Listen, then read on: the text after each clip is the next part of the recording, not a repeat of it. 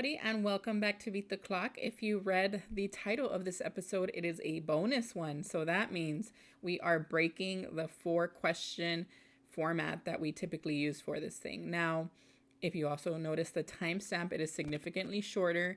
I brought in the quote unquote old intro that was 10 or 11 seconds long, and I used that one in the first couple of episodes while I was getting my life together. And so all of that is to say that this is going to be a much shorter episode because it's functioning like a palette cleanse slash segue slash I want to call it a creative strategy session. So we are right past episode 12, which means I've been in this 3 months already. And this means that I've already kind of gotten over the quote unquote honeymoon period of this project. So, I don't remember where, but there's this psychological phenomenon I read about that said that when you first start a project, you can be overly confident of your abilities or of the quality of your work because you're so excited about the project, right? And not that I was overly excited before, but I knew I was onto something. So the excitement of that initial pursuit kind of faded, and I started to see the project more objectively. So with this episode, I want to think out loud, really, and brainstorm in front of you guys so that you can see that creative projects can have this sort of adjustment. And I also want to model how high level thinkers strategize into the next phase of their lives. So, in the business world, this would be the end of the first quarter. And I do want to turn this into one part of my business at one point. So I have to treat it as such, right? And if I'm going to do that, I need to be completely honest with myself about where this is going at this point. And so I'm going to do that again, being recorded and honoring the time frame concept of this whole project. So it's going to be a 12-minute episode, and it's 12 minutes long because that means I already went one time around the clock, so to speak, if you're looking at a regular old school clock, not a digital one. And I'm going to talk about the victories of this project so far because there are quite a few, but I'm also going to talk about what needs to change. So let's just go ahead and jump right in. Winston Churchill said that to improve is to change, and to perfect is to change often, right? So if I keep that quote in my mind and apply it to this endeavor, I have to realize a lot of things, and I'll get to that at the end. I do want to acknowledge that there's been an amazing outpouring of love, and that's probably the biggest victory of this whole thing. So right out the gate, we had some ads, and so that gave me motivation to keep going with this. I honestly think I needed these people's support to be able to kind of have faith in myself. So thank you so much to Amber, to Monica, and to Jessica. They were our first ads for this podcast, and I really respect their appreciation for me, and I appreciate how they empowered me. So that was a big victory. I didn't expect to be profiting right out of the beginning of this thing.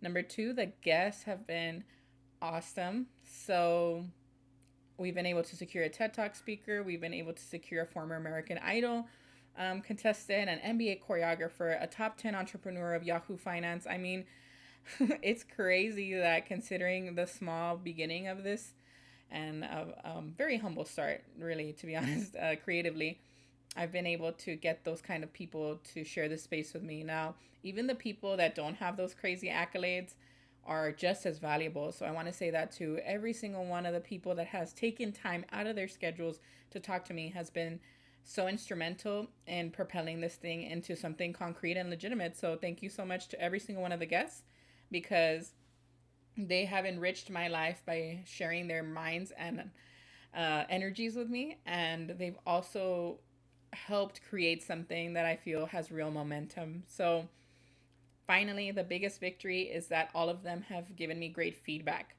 All of them have said that I'm like an expert interviewer, quote unquote, or that it was really fun and very original. And I promise you, almost all of them have said that this is an idea for a concept that they have, podcast, sorry, that they have never seen before. So that's really encouraging because it's really hard to be creative and it's really hard to be original when there's literally thousands of podcasts out there. And so all of them taking notice of this is really, really uh, motivation for me to continue with the concept. Now, this is where I transition into the changes. Now, all of them gave me amazing feedback, but some of them, like I told you, around episode 8, started voicing some different kinds of feedback. So, two specifically told me that they wish that the timer was more of a factor in the interviews because I pitched it a certain way, and then they felt it, while it was still very organic and authentic, they wanted the timer and the pressure to be more present. And to be honest, I already had that gut feeling too. Like I said, the honeymoon period faded, and I started to see that it was a big challenge for me as the host to stretch the interviews.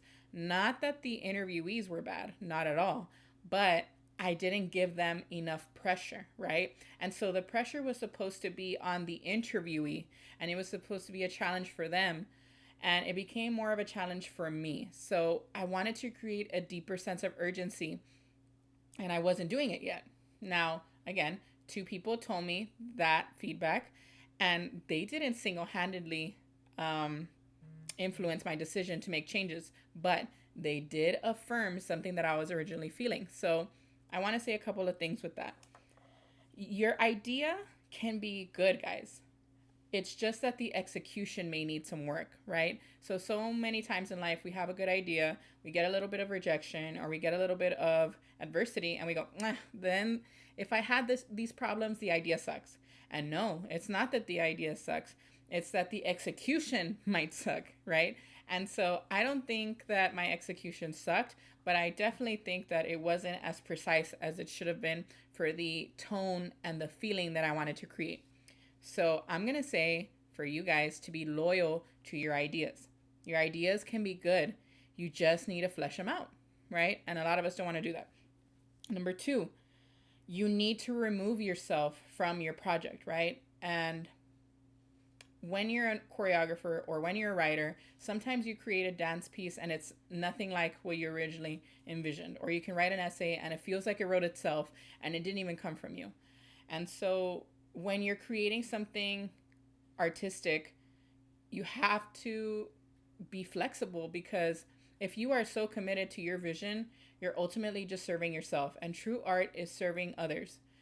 And so for me, it would be very selfish of me to just be so stubborn about honoring the original 45 minutes because then I look dumb. Then I look like I got it wrong, right? But I didn't come to be right. I'll quote Brene Brown, right?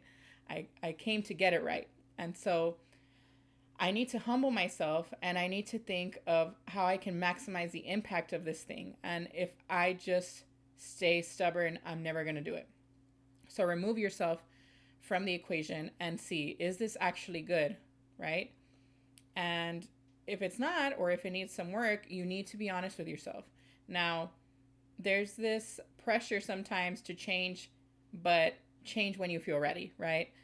I am changing now in episode 12 during the first season, not when it would probably look more intentional at the end of a season, right? And jumping into season 2. So if my data, because I look at the listeners, the analytics, all that, if my data is telling me that listeners are not tuning into the longer format, and if my data is telling me on YouTube that they'll only be on the videos for so many amount of minutes, it would be ignorant of me and it would be a little arrogant on my part to still say, no, well, it's them and they don't get it, right? Analytics and data are literal instruments you can use to inform your practice. So for me to avoid that, for me to avoid my gut reaction, for me to avoid the feedback I'm getting, all of these things collectively, they are all forms of, I don't know, just forms of growing that I would be ignoring. So I am going to change the format. That's my announcement at the end of this, right? I'm thinking about everything.